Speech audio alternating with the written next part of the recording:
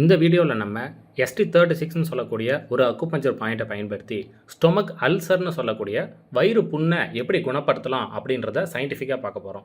எங்களோட கிளினிக்கல் எக்ஸ்பீரியன்ஸில் பல வருஷமாக நூற்றுக்கணக்கான பேஷண்ட்டுக்கு அல்சர் ப்ராப்ளம்க்கு இந்த பாயிண்ட்டை பயன்படுத்தி 100% சக்ஸஸ்ஃபுல்லாக அவங்கள க்யூர் பண்ணியிருக்கோம். ஏன்னா வயிற்றில் புண்ணு வந்துருச்சு அப்படின்னாலே எது சாப்பிட்டாலும் எது கழிச்சு வரும், எது சாப்பிட்டாலும் நெஞ்செரிச்சல் ஏற்படும், தண்ணி குடித்தா கூட சில பேருக்கு வாமிட்டிங் வரும். இந்த மாதிரி இன்னும் நிறைய சிம்டம்ஸ் பார்த்திங்கன்னா அல்சர் இருக்கிறவங்களுக்கு ரொம்ப சிரமமாக இருக்கும். இது எல்லாத்தையும் எப்படி குணப்படுத்த முடியுதுன்னா, மெடிக்கலாக கேஸ்ட்ரின் அப்படின்ற ஒரு ஹார்மோன் அதிகமாக சுரக்கிறவங்களுக்கு தான் ஸ்டொமக்கில் ஆசிட் அதிகமாக உற்பத்தியாகி அல்சர் ஆகும். நம்ம இந்த பாயிண்ட்டை யூஸ் பண்ணும்போது அந்த கேஸ்ட்ரின் ஹார்மோனோட செக்ரேஷன் ஆட்டோமேட்டிக்காக ரெடியூஸ் ஆகி அதை நியூட்ரலைஸ் பண்ணுறதுக்காக செக்ரேட்டின் அப்படின்னு இன்னொரு ஹார்மோனை ஸ்டொமக்கில் அதிகப்படுத்தும் போது ஆட்டோமேட்டிக்காக அந்த புண்ணு கொஞ்சம் கொஞ்சமாக ஆற ஆரம்பிக்கும். இது மூலியமாக தான் ஸ்டொமக் அல்சரை நம்ம ஹீலிங் பண்ண முடியும். இதுக்கு இன்னும் வேறு சில ஹார்மோன்ஸும் சப்போர்ட் பண்ணுது. இதை பற்றியும் இன்னும் முழுமையாக தெரிஞ்சுக்க இந்த வீடியோவை கடைசி வரைக்கும் முழுமையாக பாருங்கள். வாங்க வீடியோக்குள்ளே போகலாம்.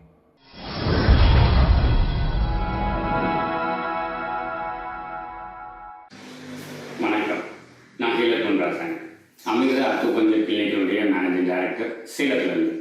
வணக்கம், நாங்கள் Amirtha acupuncture community college of Tamil Nadu open university from சேலம்லேருந்து ஹீலர் பொன் ராசா அவர்களுடைய மகன் டாக்டர் தமிழரசன் பேசுகிறேங்க.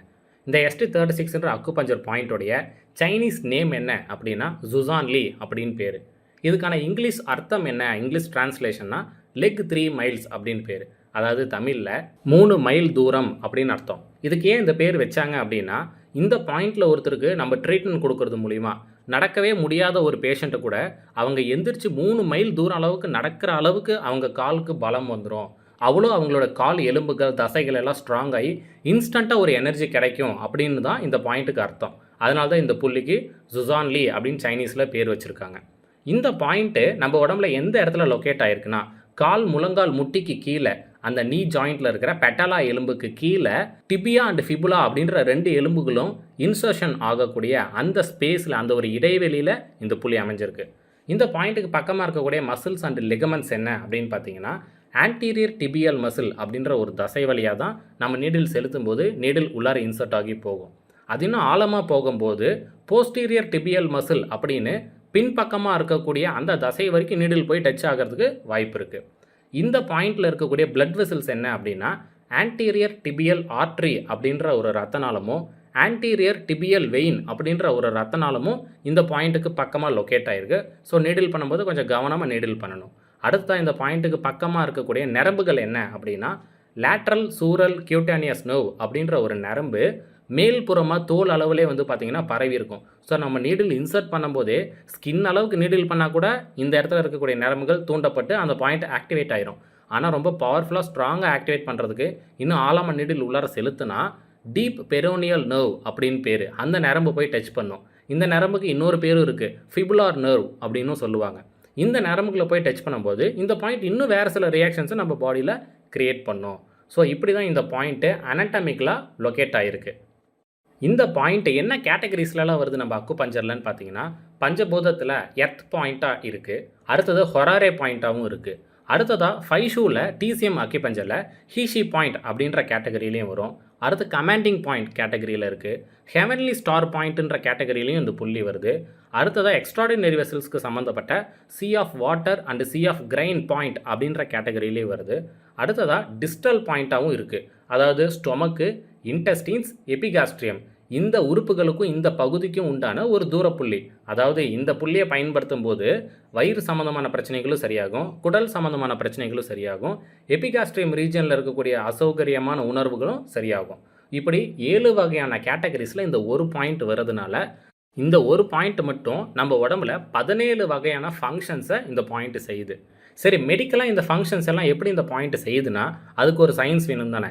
எங்களோட பல வருஷம் ரிசர்ச்சில் மெடிக்கல் எக்ஸ்பீரியன்ஸில் நாங்கள் கண்டுபிடிச்ச விஷயம், இந்த பாயிண்ட்டை ஸ்டிமுலேட் பண்ணும்போது சில கெமிக்கல் சப்ஸ்டன்சஸ் நம்ம உடம்புல ரிலீஸ் ஆகுது, சில கெமிக்கல் சப்ஸ்டன்சஸ் நம்ம உடம்புல கண்ட்ரோலும் ஆகுது. அது என்னென்ன அப்படின்னா, norepinephrine, acetyl choline, serotonin, prostaglandins, lipoxins, gastrin, secretin, TNF, motilin, peptide YY, ghrelin, renin, erythropoietin, thromboxanes, bradykinin, histamine, leukotrienes இந்த 17 வகையான கெமிக்கல் சப்ஸ்டன்சஸும் கண்ட்ரோலும் ஆகும், செக்ரீட்டும் ஆகும். இது மூலியமாக தான் ST36ன்ற பாயிண்ட்டை பயன்படுத்தும் போது 17 வகையான ஃபங்க்ஷன்ஸ் நம்ம உடம்புல ஆக்டிவேட் ஆகுது. அது மூலியமாக சுமாராக 224 வகையான சிம்டம்ஸ் அண்டு டிசீசஸை நம்மளால் ட்ரீட் பண்ண முடியுது. நம்ம சொன்ன அந்த 17 வகையான ஃபங்க்ஷன்ஸில் ஒரு ஃபங்க்ஷனை பற்றி இப்போ நம்ம பார்க்க போகிறோம். இந்த புள்ளி ஹீஷி பாயிண்ட் கேட்டகரியில் வரதுனால ஸ்டொமக்கோடைய சீ ரெபுலியஸ் அப்படின்ற கண்டிஷனை டிசிஎம்மில் ட்ரீட் பண்ணும். அதாவது ஸ்டொமக்கோடைய இயக்க சக்தின்னு சொல்லக்கூடிய அந்த எனர்ஜி, அந்த சீ நார்மலாக இயங்கிறதுக்கு பதிலாக அப்நார்மலாக தப்பாக வேலை செய்யும்போது அதனால் உடம்புல சில அறிகுறிகளும் நோய்களும் உருவாகும். அதில் வரக்கூடிய ஒரு பிரதானமான டிசீஸ் தான் கெர்டு அப்படின்னு சொல்லக்கூடிய கேஸ்ட்ரோ ஈசோஃபேஜல் ரிஃப்ளெக்ஸ் டிசீஸ். இந்த கெர்டு ஒருத்தருக்கு இருந்தால் இதனால் என்னெல்லாம் அறிகுறிகள் வரும்னா, கெர்டில் ஃபஸ்ட்டு சிம்டமே நாசியா, குமட்டல் உணர்வு. எதை சாப்பிட்டாலும் திடீர்னு குமட்டல் உணர்வு ஏற்படும். சில பேருக்கு வாமிட்டே வரும். இந்த ரெண்டுக்குமே காரணம் ஸ்டொமக்கில் இருக்கிற சீ ரெபுலியஸ் தான். இதை சரி பண்ணுறதுக்கு ST36ஓட சேர்ந்து காம்பினேஷனாக LI11, REN12, REN10, REN11 இந்த பாயிண்ட்ஸ் எல்லாத்தையும் செடேஷன் டெக்னிக்கில் கார்லிக் வச்சு நீடில் பண்ணணும். இது நாசியா, வாமிட்டிங் ரெண்டுக்குமே பயன்படுத்தலாம். அதாவது குமட்டல் உணர்வு இருந்தாலும் சரி, வாமிட்டே எடுக்கிறாங்க அப்படின்னாலும் சரி, அது ரெண்டுக்குமே ஒரே காம்பினேஷன்ஸ், ஒரே டெக்னிக்ஸ் தான். அடுத்ததாக சில பேருக்கு விக்கல் அதிகமாக எடுக்கும், ஹிக்கப்ஸ் அப்படின்னு பேர். விக்கல் எடுக்கிறது, எது சாப்பிட்டாலும் உடனே விக்கல் வருது அப்படின்னா அதை சரி பண்ணுறதுக்கு ST36ஓட சேர்ந்து காம்பினேஷனாக P6, REN12, REN15 இந்த பாயிண்ட்ஸை செடேஷன் டெக்னிக்கில் கார்லிக் வச்சு நீடில் போட்டால் உடனே அப்போவே அந்த விக்கல் வந்து நின்றுடும் சில நிமிஷங்கள்லேயே. அடுத்ததாக ரீகர்ஜிடேஷன்.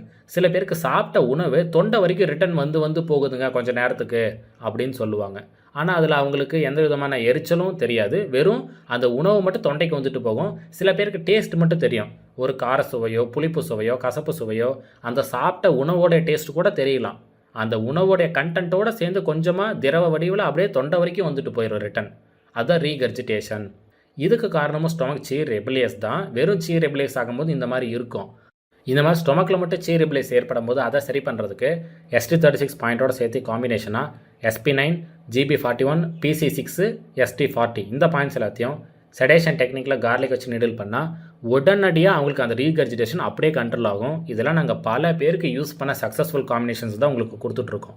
அடுத்ததாக ஆசிட் ரிஃப்ளெக்ஸ்னே ஒரு கண்டிஷன் இருக்குது. ஆசிட் ரிஃப்ளெக்ஸ்னால் இதே மாதிரி தான், எது சாப்பிட்டாலும் எது கழிச்சு வரும், தொண்டை வரைக்கும் அந்த உணவு வந்துட்டு போகும். ஆனால் அது கூடவே சேர்ந்து எரிச்சல் தெரியும். அந்த எது கழிச்சு வரும்போது அப்படியே நெஞ்செல்லாம் ஃபுல்லாக எரியும், தொண்டையெல்லாம் எரியும். எங்கே வரைக்கும் வருதோ அந்த எல்லா இடமும் அந்த எரிச்சல் தெரியும். ஆசிட் இப்படி தொடர்ந்து பட்டுக்கிட்டே இருந்தால் என்ன ஆகும், நாளடைவில் இது அல்சராகவே மாறிடும், இது வந்து புண்ணாகவே மாறிடும். இப்படி இந்த ஆசிட் ரிஃப்ளெக்ஸை வந்து சரி பண்ணுறதுக்கு கேஸ்ட்ரின் ஹார்மோனோட செக்ரிஷனை கட்டுப்படுத்தி HCl ஆசிட் சுரக்கிறதே கொஞ்சம் கம்மி பண்ணி அதுக்கு பதிலாக அந்த HCl ஆசிடை நியூட்ரலைஸ் பண்ணக்கூடிய ஒரு ஹார்மோன் செக்ரேட்டின் அதையும் உற்பத்தி பண்ண வைக்கணும். அப்போ தான் இந்த ப்ராப்ளம் வந்து சால்வ் ஆகும். ஒருத்தருக்கு அந்த எரிச்சல் வந்து இல்லாமல் உடனே நார்மல் ஆகிடுவாங்க அவங்க. அதுக்கு ST36 பாயிண்ட்டோட சேர்த்து SP9, GB41, LR14, LR3, ST40 இந்த எல்லா பாயிண்ட்ஸையும் செடேஷன் டெக்னிக்கில் கார்லிக் வச்சு நீடில் பண்ணணும். ஏன்னா இந்த ஆசிட் செக்ரீஷனையே இப்படி உற்பத்தி பண்ணுறதுக்கு காரணம் ஸ்டொமக்கை தாண்டி லிவர்லேயும் பாதிப்பு இருந்தால் தான் ஆசிடே செக்ரீட் ஆகி வரும். வெறும் ஸ்டொமக்கில் மட்டும் சீ ரெபுலியஸ் இருந்தால் வெறும் ரீகர்ஜிடேஷன், எரிச்சல் தெரியாது, சாப்பிட்ட உணவு தொண்டை வரைக்கும் வந்துட்டு போகும். ஸ்டொமக்கோட சேர்ந்து லிவரும் பாதிச்சு அங்கேயும் சீ ரெபுலியஸ் ஆயிடுச்சுன்னா அப்போ அது சிவியரான சீ ரெபுலியஸ். அப்போ ஸ்டொமக் என்ன பண்ணும், ஆசிடையும் அதிகமாக உற்பத்தி பண்ணி ஆசிடையும் மேல் நோக்கி அனுப்பும். அப்போ தான் எரிச்சலும் தெரியும் எது கழிக்கிறதோட சேர்ந்து.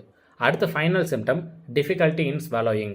எந்த உணவு சாப்பிட்டாலும் முழுங்கிறதுக்கு சிரமமாக இருக்குது, தொண்டையிலே நிற்குது அப்படின்னு சொல்லுவாங்க.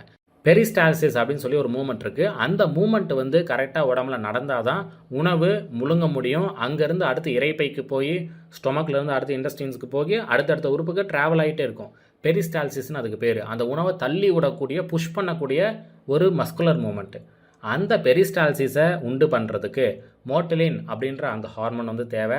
அதே போல் செரட்டானினும் தேவை. அந்த ஹார்மோன்ஸ் எல்லாம் சுரக்க வைக்கிறதுக்கு ST36 அப்படின்ற பாயிண்ட்டோட சேர்ந்து ST9, REN22, LI18, REN12 இது எல்லாமே அந்த த்ரோட்டில் இருந்து அந்த மோட்டிலினையும் செரட்டானினையும் செக்ரேட் ஆக வச்சு அந்த ஃபுட்டை வந்து மூவ் பண்ண வைக்கும் உடனே.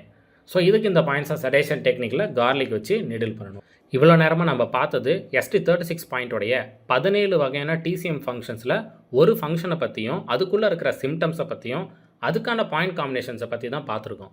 ஆனால் இந்த ST36ல் இன்னும் 224 டிசீசஸ், சைன்ஸ் அண்டு சிம்டம்ஸ்க்கு ட்ரீட்மெண்ட் இருக்குது. அதுக்கு 224 வகையான பாயிண்ட் காம்பினேஷன்ஸ் இருக்குது.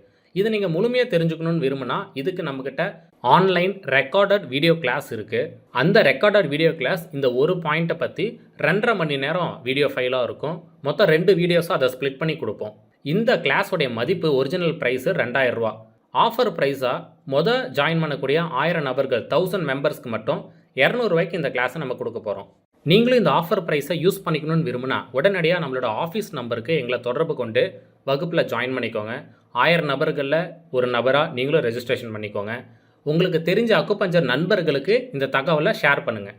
இந்த வீடியோ உங்களுக்கு பிடிச்சிருந்தா பயனுள்ளதாக இருந்தால் லைக் பண்ணுங்கள், சப்ஸ்கிரைப் பண்ணுங்கள், உங்கள் ஃப்ரெண்ட்ஸ்க்கும் ஷேர் பண்ணுங்கள். இதில் முக்கிய குறிப்பு, இந்த ரெக்கார்டட் வீடியோ கிளாஸு நம்மளுடைய வெப்சைட்லேயும் நம்மளுடைய சாஃப்ட்வேரில் மட்டும்தான் லைவாக பார்க்க முடியும். இதை டவுன்லோட் பண்ண முடியாது. அதுவும் குறிப்பிட்ட நாள் வரைக்கும் தான் பார்க்க முடியும். ஆனால் இதை உங்களுக்கு புரிகிற மாதிரி நீங்கள் எளிமையாக நோட்ஸ் எடுத்துக்கிறதுக்கு போதுமான கால அவகாசம் கட்டாயம் வழங்கப்படும். ஸோ விருப்பம் இருக்கிறவங்க இந்த கோர்ஸில் ஜாயின் பண்ணிக்கோங்க. கிளாஸில் சந்திப்போம். நல்லது.